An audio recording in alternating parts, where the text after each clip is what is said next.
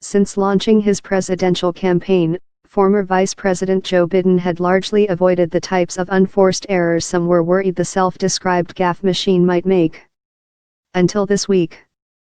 Biden, who was criticized by rivals, including Senator Bernie Sanders, for being too moderate on issues like climate change, released an ambitious plan to tackle global warming on Tuesday. But the Biden campaign was immediately put on the defensive when several media outlets noticed several passages were lifted from various sources without attribution. In 1987, Biden's first run for president was derailed by a plagiarism scandal when it emerged that his impassioned closing remarks at a debate were lifted from a British Labour Party leader's speeches. Biden was also forced to admit he had been accused of plagiarism in law school. His campaign, though, insisted he misheard the question, and that he does not support repealing the law, a position that put him at odds with his rivals, including Sanders, Senator Elizabeth Warren and Senator Kamala Harris. He is a deeply religious man, Cedric Richmond, co-chair of the Biden campaign, said on CNN Wednesday. He is guided by his faith. His position on the Hyde Amendment has been consistent. That was until Thursday afternoon, when Biden reversed course at a Democratic fundraiser in Atlanta. If I believe health care is a right, as I do, I can no longer support an amendment that makes that right dependent on someone's zip code, he said. The zigzagging did not sit well with David Axelrod, former chief strategist for both of Barack Obama's presidential campaigns. The Joe Biden rollout was close to flawless, Axelrod tweeted. His handling of this Hyde Amendment issue was a mess. Changes of position over a long career are justifiable but should be thoughtfully planned. This was an awkward flip-flop-flip. To Axelrod, Biden is risking his authenticity as a candidate, and his status as the frontrunner. This underscores questions about whether he can go the distance, Axelrod said on CNN Friday. I'm not here to attack Joe Biden. I'm glad that Joe has come to that position.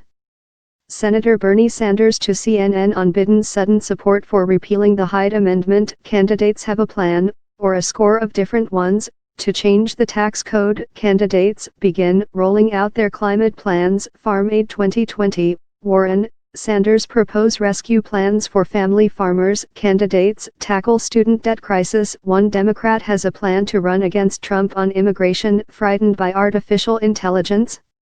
These candidates have a solution for that. Should we expand the Supreme Court? What's behind Warren's plan to break up Facebook, Amazon, and Google? Candidates edge toward discussing slavery reparations. The rent is too damn high, so here's how some candidates hope to lower it. Who's minding the kids? Warren pushes universal child care according to an NPR/PBS NewsHour/Marist poll released Friday. Democrats and Democratic-leaning voters remain split over the idea of voting for someone based on the person's policies or voting for someone who they believe can beat Donald Trump. Which is more important to you, a Democratic nominee for president who shares your position on most issues, 47%; a Democratic nominee for president who has the best chance of beating Donald Trump, 46% unsure, 7%. Bloomberg News: Trump's tariffs have already wiped out tax bill savings for average Americans. President Trump said last weekend that he will be formally announcing his re-election campaign in Orlando on June 18. Trump, who filed his 2020 campaign with the Federal Election Commission on the day of his inauguration, will be joined by First Lady Melania Trump, Vice President Mike Pence and Second Lady Karen Pence at the event at the 20,000-seat Amway Center. 4 years ago, Trump announced his 2016 presidential run at a rally in the lobby of Trump Tower in New York City in an incendiary speech accusing immigrants from Mexico of committing violent crimes. According to the New York Times, Jared Kushner, Trump's son-in-law, initially pushed the idea of recreating Mr. Trump's descending escalator ride at Trump Tower for his 2020 reboot, but that idea was rejected because of the conflict of interest it might suggest between Mr. Trump's business and his role as president. Doing so would have violated a pledge from 2017 that the Trump Organization would not seek to profit from its connection to the presidency, which it did anyway on Friday. In two, now deleted, Tweets about Trump's visit to his golf resort in Ireland. Boring but important, Koch Network unveils 2020 strategy this year, with a field of over 20 candidates, and California coming up early on the primary calendar. Hollywood is more crucial than ever. At this point, you're about as likely to see a candidate in Beverly Hills as you are in Iowa or New Hampshire. We have presidential candidates here 2 or 3 times a week for a couple of months now, said Andy Spann, a political consultant who works closely with Hollywood megadonors. It is on, with no chances of slowing down, Spann added. The candidates aren't boasting about their visits to Tinseltown.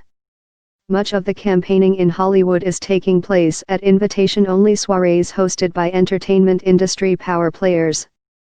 Read more about the Hollywood fundraising primary here. Sunday show schedule: CBS's Face the Nation, Montana Governor Steve Bullock, Senator Amy Klobuchar; CNN's State of the Union, Senator Bernie Sanders; ABC's This Week, Beto O'Rourke. President Moulton would be a lot more careful about putting young Americans into harm's way. Representative Seth Moulton, DMAS, to Vice News on President Trump's possible deployment of U.S. troops to Iran. I've been penalized for making sure people have health care, for making sure that even in a rural Republican state that we can get good things done. Montana Governor Steve Bullock, who has yet to reach the fundraising or polling thresholds to qualify for the Democratic presidential debates, to NBC News. Bullock says he's been too busy governing to fundraise or campaign. Many of Warren's policy prescriptions make obvious sense. Read more original 2020 coverage from NewsPulse News.